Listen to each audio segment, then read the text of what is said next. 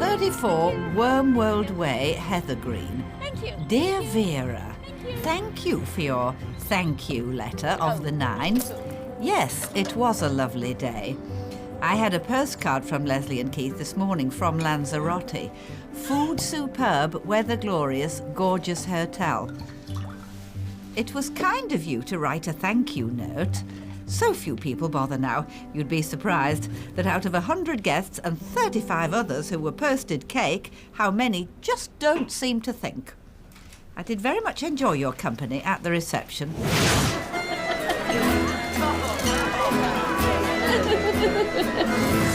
And I'm much obliged for the loan of your handkerchief, laundered and returned, enclosed. It seems a shame you live so far away, since we seem to share so many of the same interests.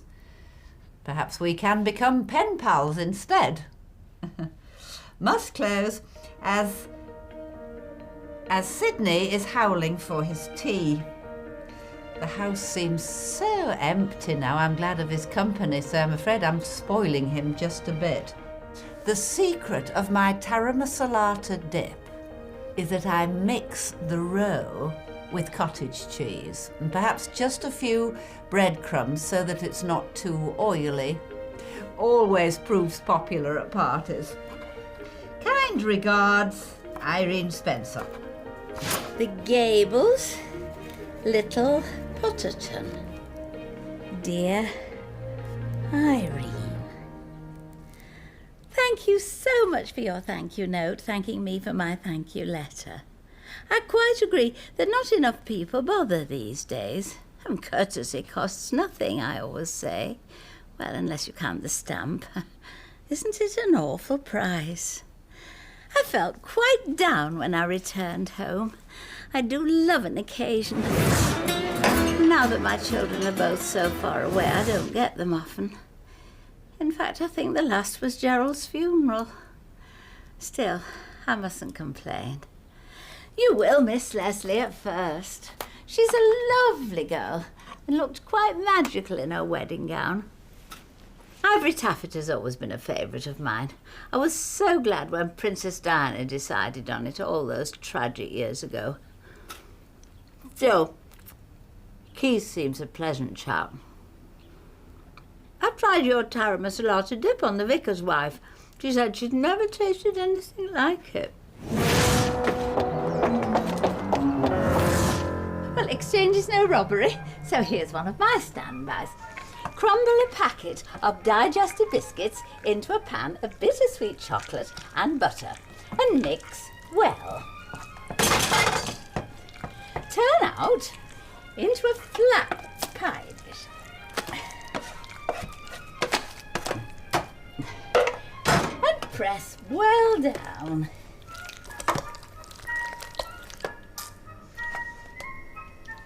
And pop into the freezer. Delicious as a tea time snack. Or cut into squares as petit fours. Gerald always had a very sweet tooth. Well, I must close as it's time for a book at bedtime. It's the Boston Strangler this week. Do let's keep in touch. I love to get a letter in the morning. It makes the day, I feel. Of course, the children write when they can. All the best, Vera. Dear Vera, it's just so embarrassing. I don't know how to put it. Well, of course, you know that I had 100 guests to invite to the wedding, and Keith and Leslie did their list, and Keith's parents, and then I added mine. Well, I did lose track a bit of who was whom. The long and the short of it is that, well, when I met you, I just assumed that you were one of Keith's family. And it wasn't until your last letter, when you said, Leslie is a lovely girl and Keith seems a pleasant sort of a chap, that I had the vaguest inkling that you weren't Keith's auntie. I'm sure that's what somebody said at the reception. So, are you one of Leslie's old teachers, perhaps? Or a friend from where she used to work? I know she had one coming. Just please don't say that you're one of my family, because then I should know that I'm going totally off my chump. This is how old ladies are supposed to get, isn't it? And I wouldn't mind, but I'm not even old. I'm worried even to go into a shop in case, I'll go out without paying or something like that little Winona Ryder did, and look what happened to her. All that community service. And by the time she'd finished, she'd lost her bloom. Anyway, I just hope this doesn't affect our friendship, because I really did enjoy your company.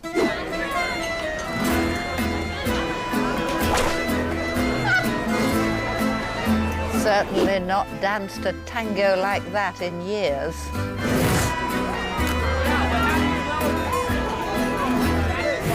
Ah, yes, this brings me to my second point. I do remember that we enjoyed a quantity of liquid libation. And in the heat of the moment, I might have broken the rule of a lifetime and uttered one or two confidences to you.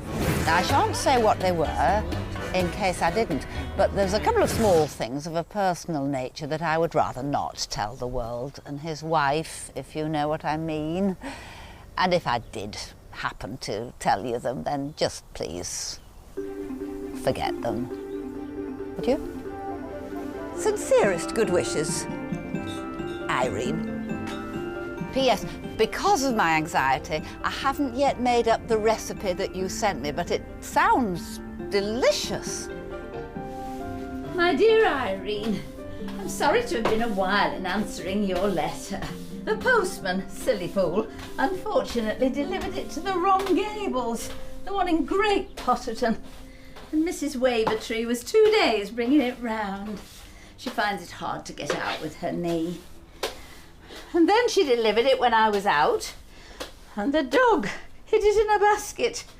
I found it partly chewed this morning when I gave her blanket a good shake. I was upset to think you've been on tenterhooks waiting for my reply. I do know what you mean about this absent-minded business, though. Only yesterday I set off to the shops for toilet paper and came back with a tin of cherry blossom and 20 cigarettes. I wouldn't care, but I haven't smoked since I was 12. And to put your mind at rest, no, we've never met before, and I'm not really from either side. I'm an old friend of Betty's, and as I was staying with her when she masterminded your catering, I thought I might as well give her a hand. The salmon mousse and the blue cheese quiche were mine. Betty and I used to do functions together before I moved. It was more a hobby than anything, really. I do recall having 1 or 2 sherries, but I have no memory at all of dancing the tango. Are you sure it was me? Gerald always used to say I had 2 left feet, though I was considered quite a jitterbugger in my youth. Oh, as to any confidences, I can assure you they're quite safe with me. Betty said I passed out as soon as I got to the car, and the next morning I left as soon as I'd drunk a black coffee. I'd like to have lingered, but Mabel Thrush, my next-door neighbour, would only have the dog until Sunday. It's nice to think you felt you could confide in me, though, on such short acquaintance. I've often longed for a friend to talk to about personal matters. Men don't encourage intimacy, do they? I always felt rather an hysterical fool if I talked to Gerald about anything emotional. Oh, how have you filled your extra week without Leslie and Keith? What a pity I didn't know sooner you could have popped up here for a couple of days. Oh, well, I must go. Mabel's at the door. I expect she's on the burrow again. Well, take care of yourself and steer clear of the sherry bottle.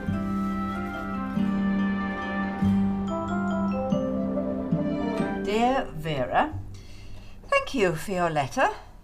Enjoyable, albeit tardy. Leslie and Keith are now back from Lanzarote, so it's nice to have things back to normal. I didn't quite understand the meaning of your parting remark about staying away from the sherry bottle. Tippling has never been a vice that I have fallen foul of, and sherry would not be my preferred drink.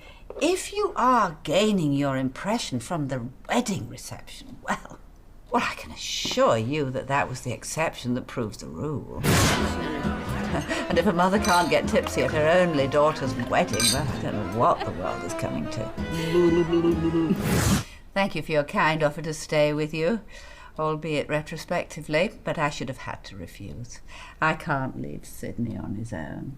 And besides myself, Leslie is the only person who can tolerate his... Who can tolerate his habits. I have tried your recipe now, but found it rather rich. Yours sincerely, Irene Spencer. Dear Irene, just a note to let you know that I've had a little spell in hospital since I last wrote. I'm sorry this will have to be so short, but I've still got my arm in a sling. The fact is, I had a silly fall the very morning your letter arrived. I was running upstairs to get my writing paper, and the dog, she's forever under my feet, had parked herself at the top. And I don't know why. Perhaps I was in a bit of a state. And down I went. For the pain. I've had concussion, cracked ribs, and a very nasty sprained wrist. I do hope you're keeping well. Yours, Vera. Oh, dear Vera. Words cannot express the shame and remorse I feel at having caused you such misery. Are you very poorly? Well, stupid question. I've only to think back to the time when I sprained my ankle on the garage door to conjure up visions of black swelling and agony.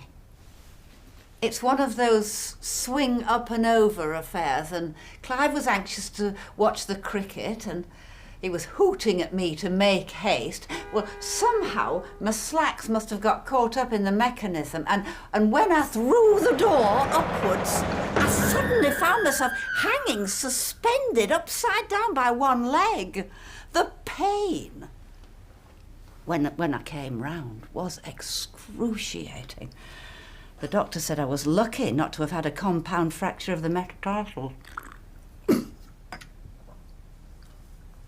In fact, I was in such physical distress, I couldn't see the humorous side of it, which Clive certainly did, as he cut me down. You know, afterwards, at dinner parties, he used to joke that seeing me like that just about made up for having missed Botham's century. I feel so culpable, if that's the right word. I can think of others. If I hadn't written that rather starchy letter, you'd never have been running up the stairs at all, would you? No, I wouldn't. Leslie's yoga teacher says that negative energy is bound to beget negative results. And I think we've now had proof positive of that. I'm thinking of buying one of those ionizers to see if it will charge the atmosphere in a more positive way. And, between you and me, I'm thinking of stopping taking the happy pills the doctor prescribed. Don't half make me depressed. Oh, I hope you enjoyed the flowers that I sent. I asked for a mixture of yellows, as I always feel that's such a cheerful colour, don't you? I hope the girl followed my instructions. I mean, she seemed to understand what I said, but you never can tell. Incidentally, just to put the record straight, I did enjoy your recipe for chocolate squares. I know I said it was a bit rich at the time, but that was because I was upset. Actually, I gorged the whole thing myself the night that Leslie and Keith came back from honeymoon. So I've only got myself to blame for being so violently sick afterwards. I do hope you're feeling a little bit better now, and, well, I look forward to hearing from you. Kindest regards for a speedy recovery, Irene. Dear Irene, thank you for the kind letter. You are as silly to think I blame you in any way for the fall. I certainly never intended to give that impression, and I feel terrible that you've been lacerating yourself about it. The bouquet was lovely. Country flowers in pink and mauve. I always think they're so urethral looking, but they don't last. They were quite limp by the time I got back from my few days away. Oh, did you get my postcard? Mabel didn't get hers till 2 days after I got back. Honestly, you might as well just stick it in an empty gin bottle and chuck it in the sea these days. Anyway, in case you didn't, an old friend of mine, Audrey Roscoe, runs a little guest house on the coast, and I popped off there for a few days' recuperation. Oh, I must say I was made a fuss of. Audrey's a great one for chat. My head was ringing some nights by the time we got to bed. All the cooking was done by hand, and the views from her bay window are quite panoramic. Of course, it rained like a drain the whole time, but I just put on my old boots and waterproof jerkin and strode off across the pebbles. I was quite sorry to have to come back and pick up the threads again, and when I did, it was to find that Mabel had got me some long life milk in, which she knows I can't stand. A huge pile of bills waiting for me. Gerald always used to call it hate mail. And my old Singer sewing machine, which I believe is quite a collector's item these days, ruined by water having poured in due to a pipe having burst in my absence.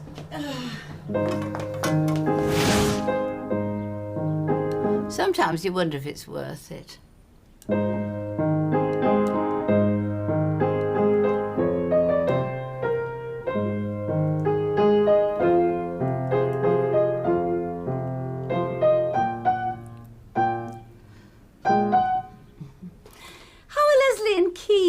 You hardly mentioned them in your last. Are there any holiday snaps? Oh, I'd love to see them, and the wedding ones, if it isn't too much bother. Oh, by the by, I found a couple of petals in the pocket of the two-piece I wore to that happy occasion. I believe they're off your hat. Do you want them back? They're rather crumpled, I'm afraid. Best regards, Vera. Dear Vera, I'm so glad to hear that you've had a rest and are on the road to recovery. What a coincidence that you met up with Audrey Roscoe. Yes, I did know her some years ago, and, well, before she moved to the coast, I never really took to her. You're absolutely right to say she's a chatterer. Mostly catty gossip, unfounded on fact, as I recall. Anyway, yes, I don't suppose she even remembered me. Oh no, don't bother sending the petals back.